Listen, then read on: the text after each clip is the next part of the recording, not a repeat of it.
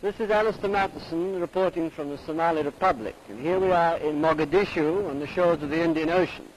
Mogadishu is the capital of this independent African state, which has just taken a decision to break off diplomatic relations with Britain over the very contentious problem of the NFD area in Kenya, which the Somali Republic claims should be handed over to Somalia, as it is populated almost entirely by people of Somali origin.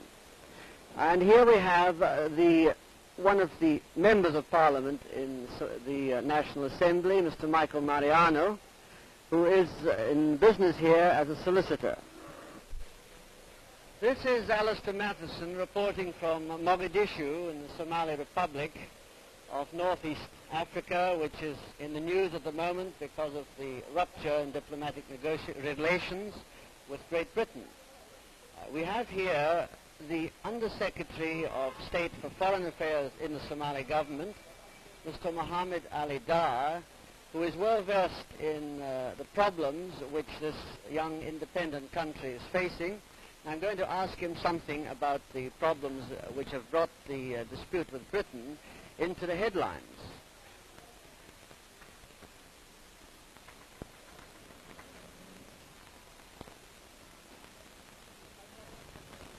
All right.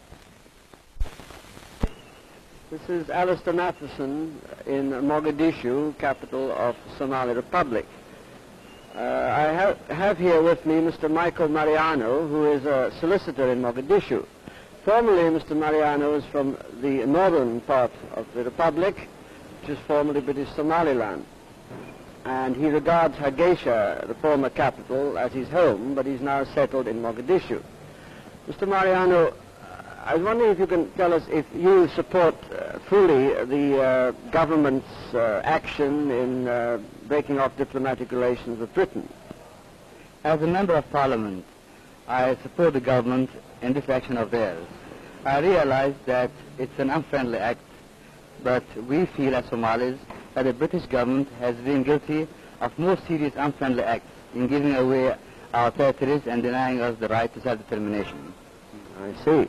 Now, I believe you've been a fairly consistent advocate of the Greater Somalia plan for many years now. In fact, how long is it that you have been advocating this?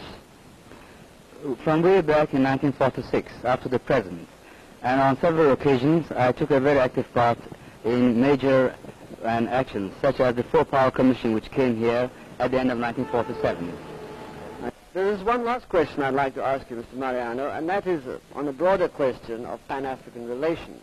There's a feeling among some other African states that Somalia has tended to rather isolate herself from the rest of Africa, particularly the Pan-African movement that is very strong today.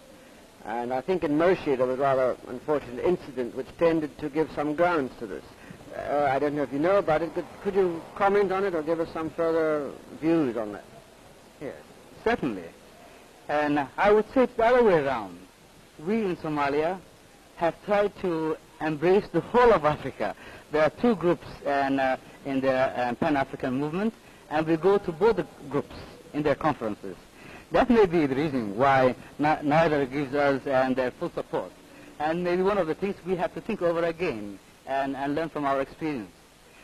In the case of Moshi, and I feel there, it's a question of everyone having in their minds the NFD question. So the Kenyan leaders, already having been committed to one attitude of mind, felt that it was necessary that they should walk out, since the question was raised. And our delegate there felt that that was an opportunity at which he could explain the point of view of the Somali people, and he took the opportunity. I feel that there is a lot of propaganda due to misunderstandings and wrong emphasis and perhaps wrong information. And we've got to go a long way before we can, each of us in the East African group, really understand each other's problems, and from understanding only can come tolerance. Thank you very much.